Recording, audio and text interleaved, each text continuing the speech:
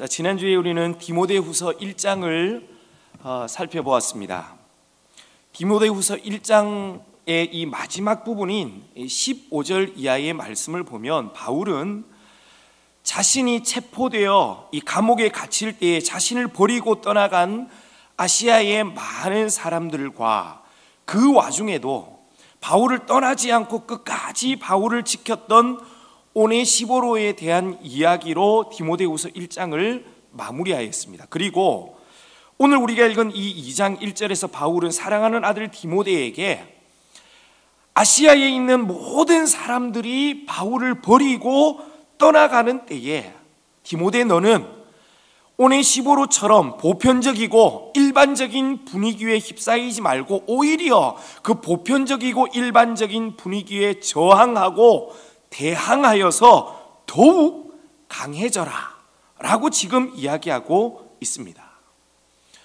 여러분, 이 부화뇌동이라는 말이 있습니다. 무슨 뜻이냐면은 자신의 뚜렷한 주관 없이 남의 의견이나 남들이 하는 행동을 무작정 따르는 것, 이것을 일컫는 말인데요. 사도 바울이 두 번째로 체포되어 로마의 지하 감옥에 갇혔을 때에 이 아시아의 교회와 성도들의 모습이 바로 그러한 모습이었어요. 당시 이 아시아의 교회와 성도들은 사도 바울을 크게 의존하고 있었습니다. 그도 그럴 것이 아시아 지역에 있는 대부분의 교회들이 사도 바울의 말씀과 복음을 듣고 세워진 교회가 대부분이었어요. 그런데 그런 구심점과 같은 바울이 체포되자 이제는 그들은 이제 기독교로 마치 끝난 것처럼 생각되어졌어요. 그래서 너나 할 것 없이 분위기에 휩싸여서 사도 바울을 버리고 떠나간 것입니다. 여러분들, 이러한 때에 바울은 자신의 사랑하는 아들 디모데에게 너는 모든 사람들이 나를 버리고 떠나가는 이때에 그러한 보편적이고 일반적인 흐름이 어떠하든지 분위기가 어떠하든지 다른 사람들이 뭐라고 생각하고 말하고 행동하든지 너는 그리스도 예수 안에 있는 은혜 가운데에서 더욱 강해져라, 굳건해져라 라고 권면하고 있다는 것이에요. 여러분, 여기서 우리는 사도 바울이 디모데에게 그리스도 예수 안에 있는 은혜 가운데에서 강해져라 라고 이야기하고 있는 것에 주목해야 됩니다. 여러분들, 우리가 잘 알고 있는 것처럼 디모데는요 소심하고 약한 사람이에요. 디모데는 강한 사람이 아닙니다. 그런데 그런 디모데에게 아무리 힘든 환경이 찾아와도 너는 두 주먹 불끈 쥐고 이빨을 꽉 깨물고 버텨내라, 마음을 굳게 먹고 지금의 환경을 이겨내라 라고 요구하는 것은요 디모데 입장에서는요 부담스럽고 쉽지 않은 일이에요. 어쩌면 불가능한 일일지도 모릅니다. 선천적으로 소심하고 유약한 사람에게 무조건 강해져라고만 요구하는 것은요 마치 이 느릿느릿 기어가는 달팽이에게 너는 왜 그렇게 느려? 좀 빨리 가! 라고 이야기를 하는 것과 같은 일이에요. 여러분, 그래서 바울은 그렇게 소심하고 약한 디모데에게 디모데 너의 힘이나 기질이 아닌 그리스도 예수 안에 있는 은혜 가운데에서 강해져라 라고 지금 이야기하고 있다는 것이에요. 바울은 디모데에게 이 사실에 대해서 사실 여러 번 반복해서 언급하고 있습니다. 요 바로 앞에 나오는요 이 디모데후서 1장 13절 14절에서도 바울은 이렇게 이야기를 해요. 너는 그리스도 예수 안에 있는 믿음과 사랑으로서 내게 들은 바 바른 말을 본받아 지키고 우리 안에 거하시는 성령으로 말미암아 내게 부탁한 아름다운 것을 지키라 라고 이야기하고 있어요. 여러분들, 바울은 디모데에게 하나님의 사역을 부탁하면서 의존적 사역을 계속해서 반복해서 당부하고 있습니다. 여러분들, 주도적 사역이 아닌 의존적 사역을 바울은 디모데에게 당부해요. 여러분들, 이 의존적 사역이라는 것이 무엇입니까? 하나님의 일을 감당할 때에 필요한 자원이나 동력을 나 자신에게서 찾는 것이 아니에요. 그리스도 예수 안에서 찾는 것입니다. 다시 말해 하나님의 능력과 은혜를 하나님의 일을 감당할 때에 전적으로 의지하는 거예요. 여러분들 기억하십시오. 우리는요, 구원 문제에서 뿐만 아니라 하나님의 일을 감당하는 사역의 현장에서도 하나님의 은혜를 끊임없이 의지해야 하는 자들임을 우리는 잊어서는 아니 될 것입니다. 나는 소심하고 약하여 하나님의 일을 감당할 만한 어떤 좋은 자질도 가지지 못했다 할지라도 내게 능력 주시는 예수 그리스도 안에서 우리는 강한 자가 될 수 있는 것입니다. 여러분들 이 사실을 반드시 기억하고 안 된다, 못한다 라고 말하지 말고 디모데와 같이 그리스도 예수 안에 있는 은혜 안에서 날마다 강해져가는 저와 여러분들이 되어지기를 축복합니다. 자, 바울은 이어서 디모데에게 이 진리의 계승, 진리의 전달에 대해 부탁합니다. 우리 2절 말씀 우리 다 같이 한번 읽어볼까요? 우리 디모데후서 2장 2절 말씀 우리 다 같이 한번 읽도록 하겠습니다. 시작. 또 내가 많은 증인 앞에서 내게 들은 바를 충성된 사람들에게 부탁하라. 그들이 또 다른 사람을 가르칠 수 있으리라. 여러분들 이 디모데전서 우리 전서도 살펴보았는데 디모데전서 3장 15절에서 바울은요, 이 집은 살아계신 하나님의 교회요 진리의 기둥과 터니라 라고 말하고 있습니다. 여러분들 교회는 진리의 기둥과 터인 줄로 믿습니다.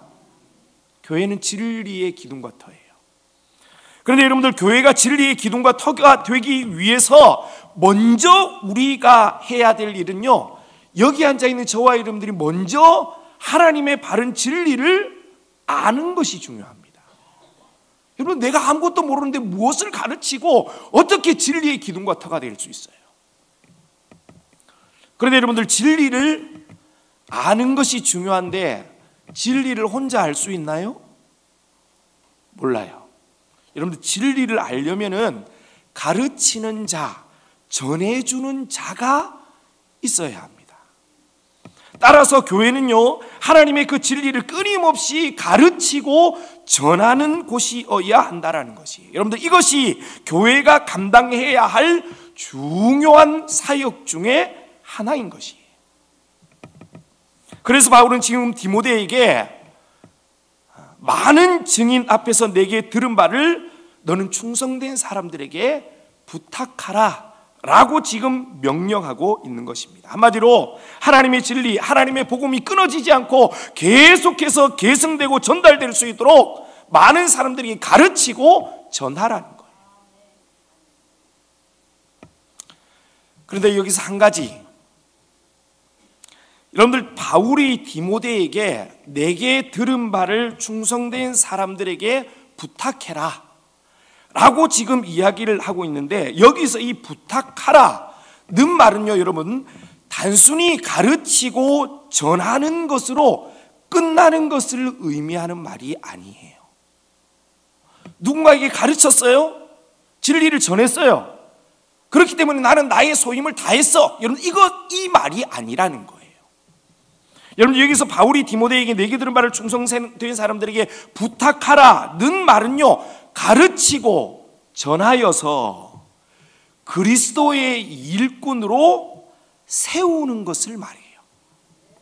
그냥 전하고 가르치는 것으로 끝났다 이게 아니라 하나님의 사람, 하나님의 일꾼으로 세우는 것을 말합니다. 그러니까 바울이 예수 그리스도로부터 위임받은 그 복음, 그 바른 진리를 바울이 디모데에게 가르치고 전했죠. 그런데 바울은요, 단순히 그냥 디모데에게 하나님의 그 복음의 진리를 가르치고 전한 것으로 끝나지 않았어요. 어떻게 했습니까?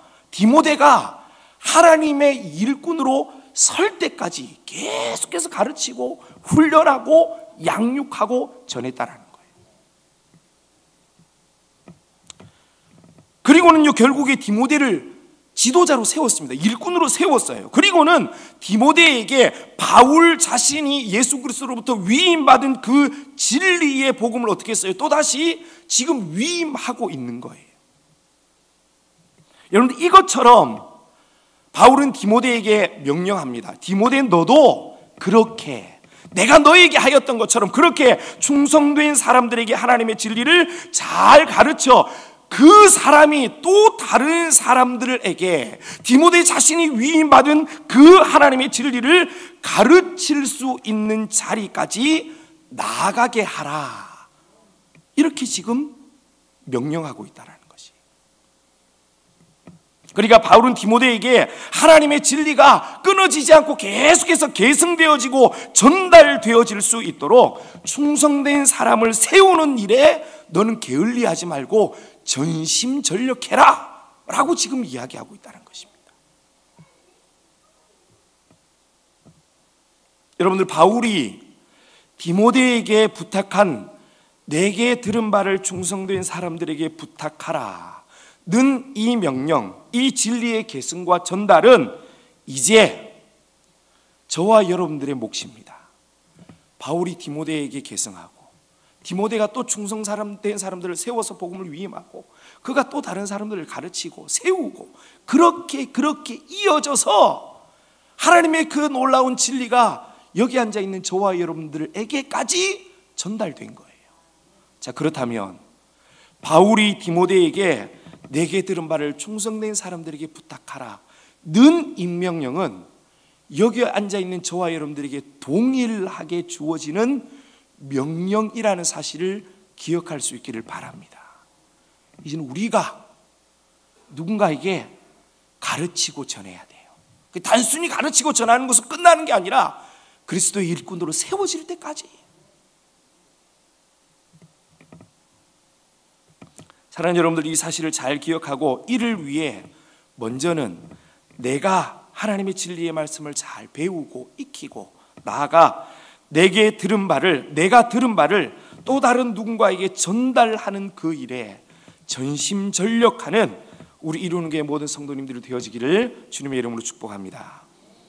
자, 3절부터 6절에는요 우리가 너무나도 잘 알고 있는 이 병사, 운동선수 그리고 농부에 관한 세 가지 비유가, 너무 유명한 비유가 등장합니다. 여러분, 그런데 우리가 이 쭉 세 가지 비유를 살펴볼 텐데 바울이 이 세 가지 비유를 통해서 디모데에게 전달하고자 하는 핵심 메시지가 있어요. 여러분, 그것이 무엇이냐면 값어치 있는 것은 쉽게 얻을 수 있어요, 없어요? 쉽게 얻을 수 있는 것이 아니다 라는 이 메시지를 지금 바울은 디모데에게 전하고 있어요.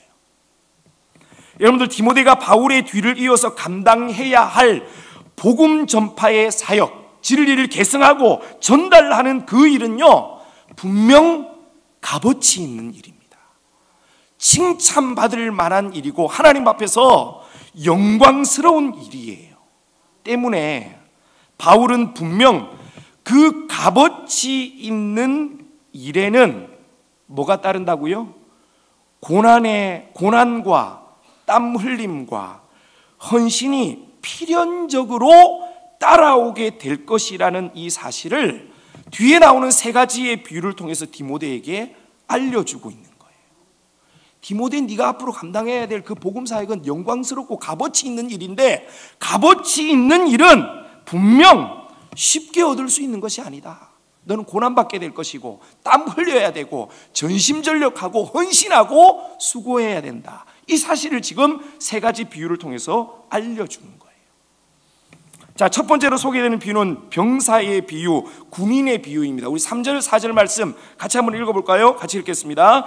너는 그리스도 예수의 좋은 병사로 나와 함께 고난을 받으라. 병사로 복무하는 자는 자기 생활에 얽매이는 자가 하나도 없나니 이는 병사로 모집한 자를 기쁘게 하려 함이라. 여러분들, 바울은 오늘 우리가 읽은 이 말씀에 보면은요 이 병사, 군인의 특징에 대해서 세 가지를 이야기하고 있는데, 첫째로 병사는 고난에 준비된 사람이고, 둘째로 병사는 자기 생활에 얽매이지 않는 사람이고, 세 번째로 병사는 모집한 자를 기쁘게 하는 사람이다. 이렇게 세 가지를 이야기를 해요. 여러분들, 사실 이 병사, 군인은 전쟁을 위해 존재하는 사람들입니다. 이 아들 군대에 보내신 부모님들 마음이 철렁하시겠지만 사실이에요. 여러분, 군인은 전쟁을 대비하는 사람들이 군인이에요. 군인들이 평소에 하는 교육, 훈련, 생활, 이 모든 것은요, 여러분들 어디에 맞춰져 있냐면은 전쟁이 났을 때의 전시 상황에 다 맞춰져 있어요. 여러분, 따라서 이 군인이나 병사는 안전하거나 편안한 것을 군인들은 기대하지 않아요. 옷이 왜 이렇습니까? 먹는 게 왜 이 모양입니까? 잠자리가 왜 이래요? 여러분, 군인들은 이렇게 말하지 않아요. 요즘 군대는 워낙 좋아졌다는 얘기를 많이 들어가지고 잘 모르겠는데, 군인은요, 주는 대로 입고 주는 대로 먹고 아무 때서나 잠을 잡니다. 왜요? 여러분들, 왜 그렇습니까? 군인들은요, 부름받은 목적이 그것이기 때문에 잘 기억하셔야 돼요. 여러분들, 2차 세계대전 당시 사람들이 자주 했던 말 중에 하나가 전쟁 중이잖아, 이런 말이었대요. 여러분, 무슨 말입니까?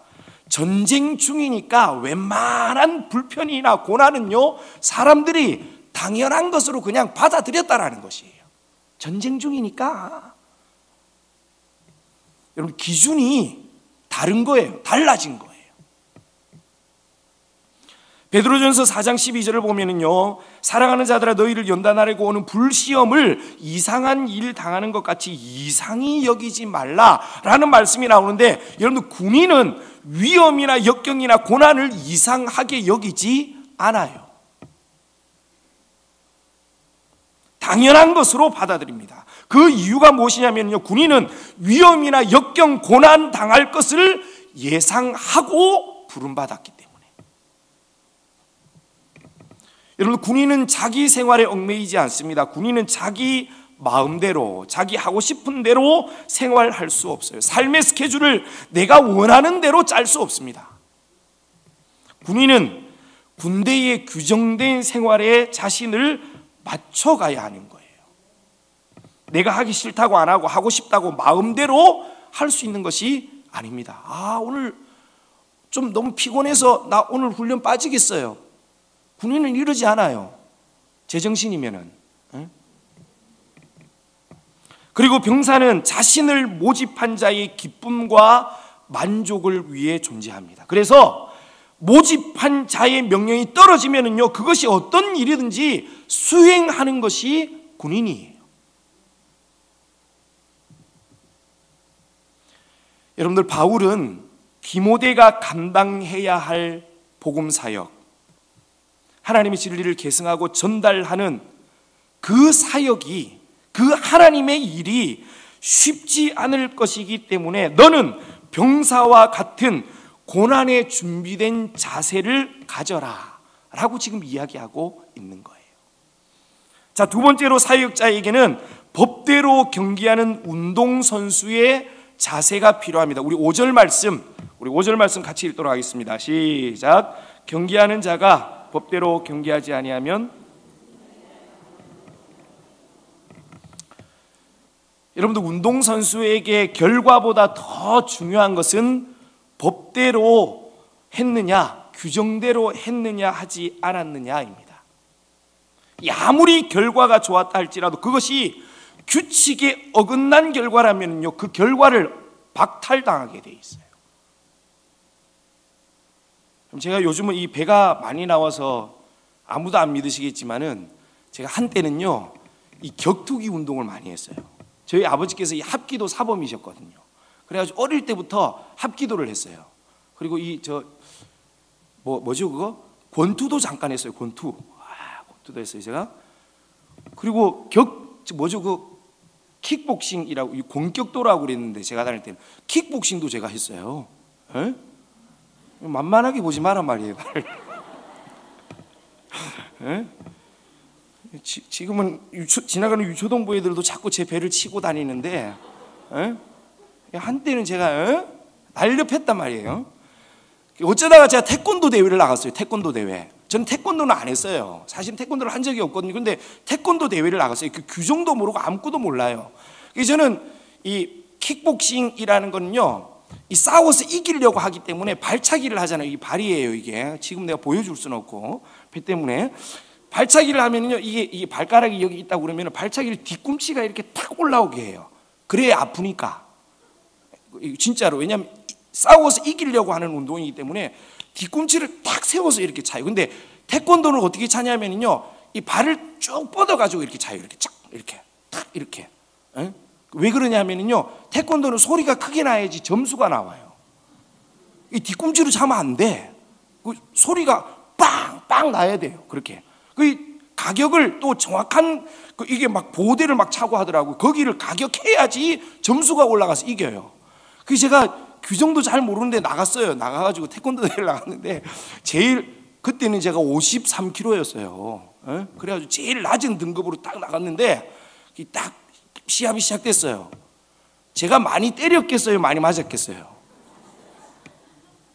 참, 저를 얕보지 말라니까 왜 그러시지? 제가 훨씬 더 많이 때렸어요. 점수가 안 올라가. 그런데 점수가 안 올라가. 네.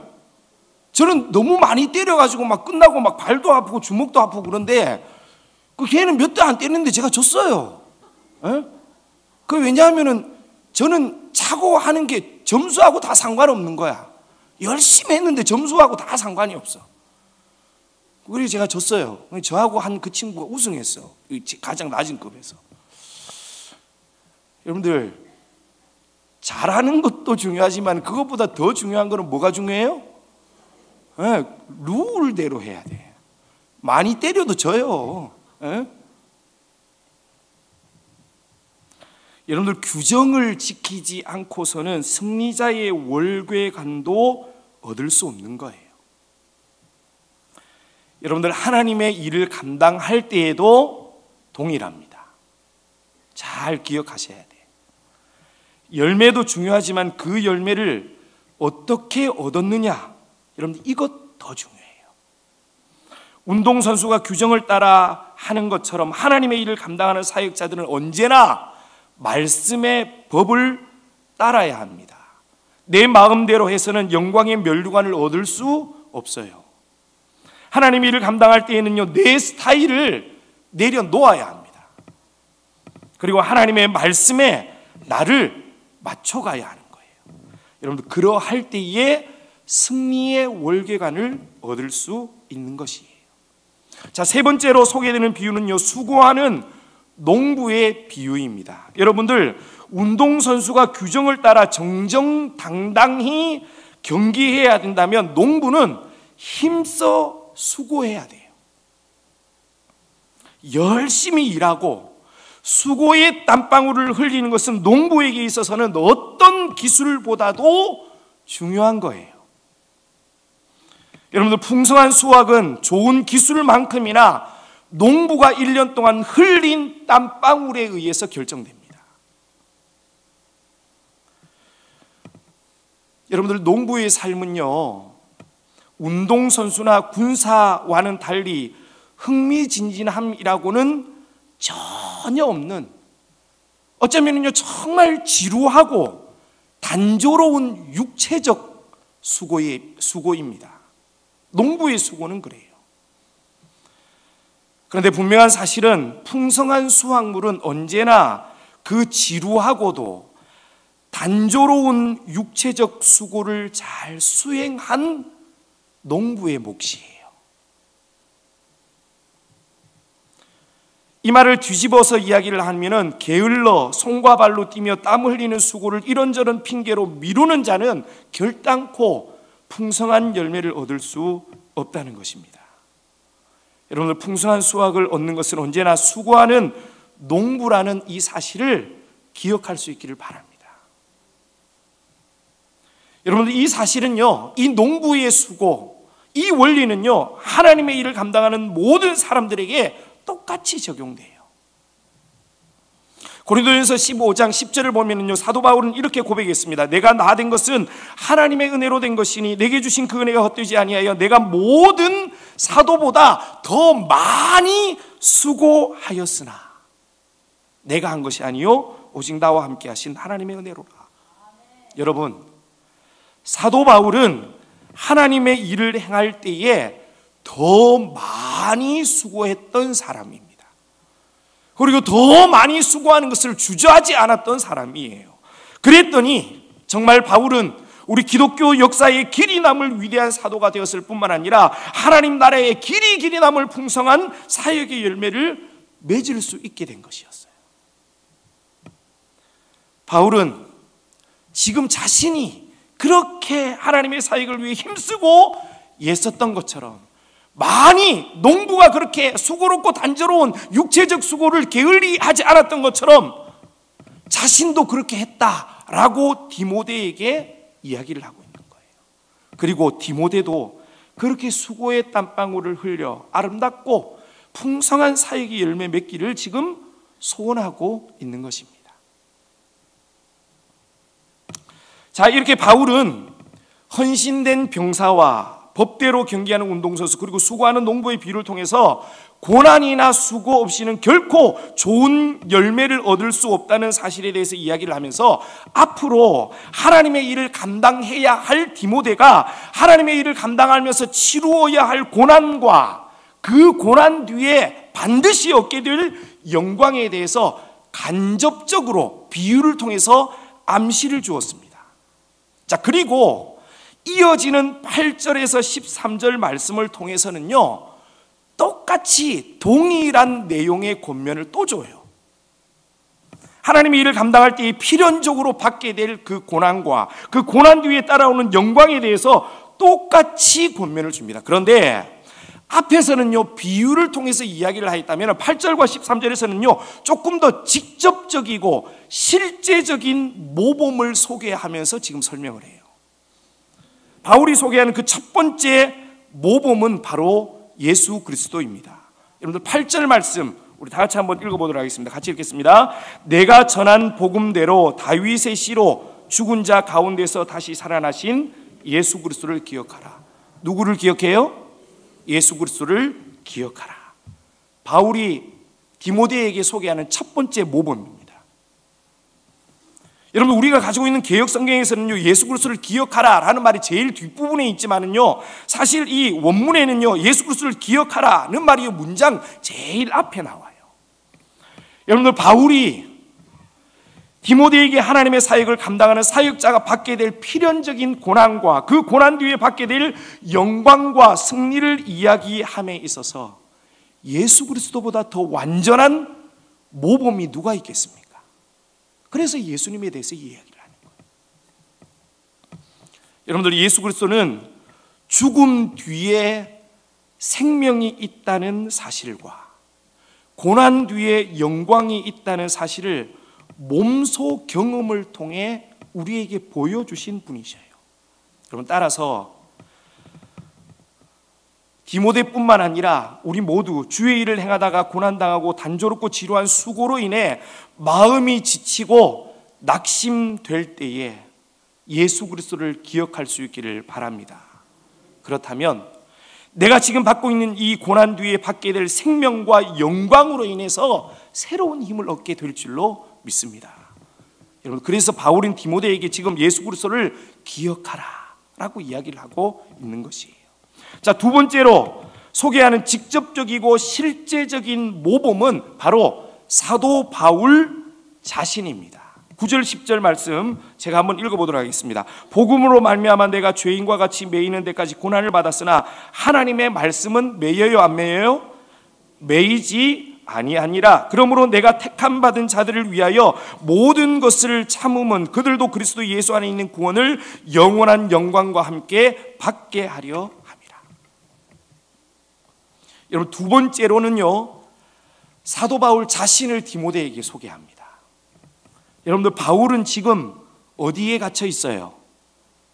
로마의 지하 감옥에 갇혀 있어요. 바울이 무엇 하다가 지금 감옥에 갇혔습니까? 그렇죠. 복음 전하다가 감옥에 갇혔어요.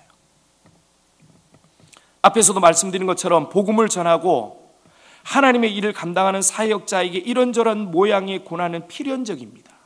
사도 바울은요, 지금 감옥에서 그 사실을 디모데에게 직접 몸소 보여주고 있는 거예요.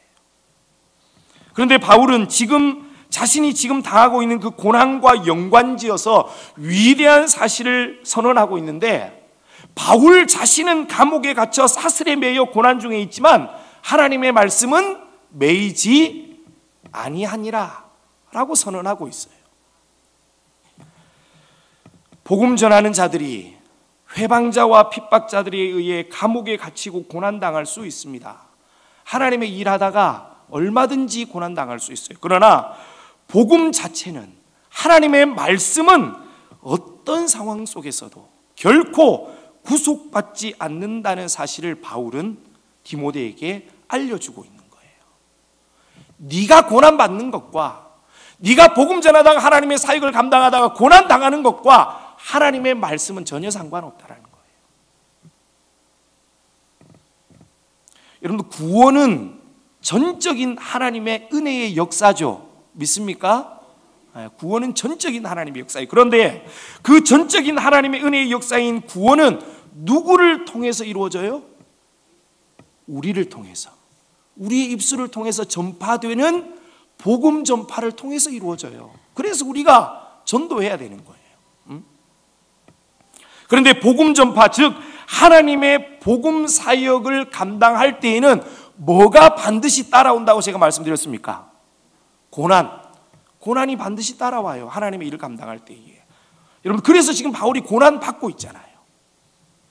여러분들, 따라서 하나님의 사역자들이 하나님의 사역을 감당할 때에는 반드시 고난이 찾아오는데, 그 고난을 하나님의 사람들이 잘 참고 견디며 계속해서 복음 사역을 감당한다면, 그를 통해서 하나님께서는요, 택하신 하나님의 백성들을 구원하시고 그 택한 하나님의 백성들이 영원한 영광을 받게 될 것이다 라고 바울이 지금 이야기하고 있는 거예요. 하나님의 일을 감당하는 사역자들이 하나님의 일을 감당할 때에 받게 되는 그 고난을 잘 참고 견디면, 그로 말미암아서 하나님께서 택하기로 작정하신 그 사람들이 구원을 받게 되고 그들이 하나님의 영광에 들어가게 된다는 것이에요. 여러분, 이것이 지금 사도 바울이 이야기를 하는 고난을 통해 받게 되는 영광이에요. 사도 바울은 지금 자신의 사역을 통해 이 놀라운 사실을 지금 디모데에게 전하고 있는 거예요. 네가 고난 당할 때에 그 고난으로 인하여서 다른 누군가가, 믿지 않는 자들이 구원을 받게 되고 하나님의 영광으로 들어가게 될 것이다. 따라서 너는 그 고난을 잘 참고 견뎌라 라고 이야기하고 있는 거예요. 여러분들, 우리도 마찬가지입니다.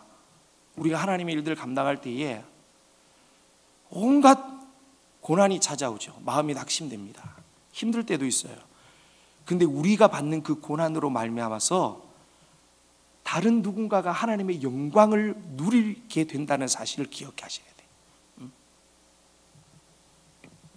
자, 이제 바울은요 11절 13절 말씀을 통해서 특별한 누군가가 아닌, 앞에는요 예수 그리스도의 모범을, 그리고 자신을 소개하였습니다, 디모데에게. 그런데 이번에는요 특별한 누군가가 아닌 모든 그리스도인들이 동일하게 경험하게 될 일반적인 고난과 영광에 대한 원리에 대해서 이야기를 해요.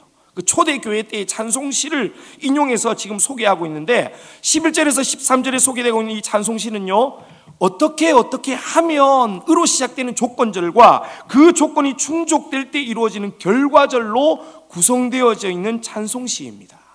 보면은요 이렇게 얘기하고 있죠. 주와 함께 죽으면 어떻게 돼요?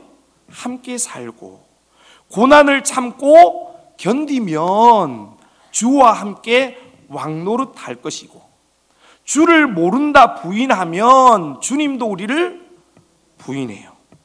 우리는 신실하지 않지만 주는 항상 신실해요. 여러분들, 이 사실은요 모든 그리스도인들에게 일반적으로 적용되는 원칙적인 사실입니다. 여러분, 결국 바울은요, 오늘 우리가 읽은 이 3절, 디모데후서 2장 3절에서 13절 말씀까지 하나의 동일한 권면을 디모데에게 계속 주고 있는 거예요. 축복은 고통을 통해서, 열매는 수고를 통해서, 생명은 사망을 지나서, 영광은 고난을 통해서 주어진다는 이 사실을 비유와 실제적인 모범을 통해서 디모데에게 지금 이야기하고 있는 거예요.